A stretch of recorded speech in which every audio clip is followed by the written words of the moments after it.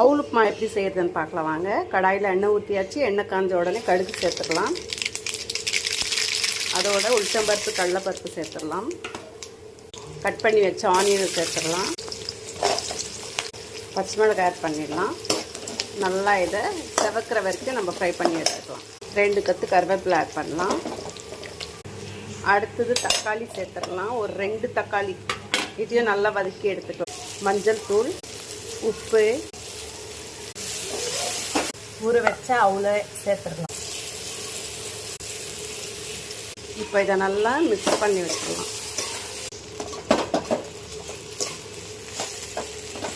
So சூப்பரான எம்மியான ஒரு அவுல் upma ready ஆயிடுச்சு. இது சஷாங்குக்கு போட்டாச்சு.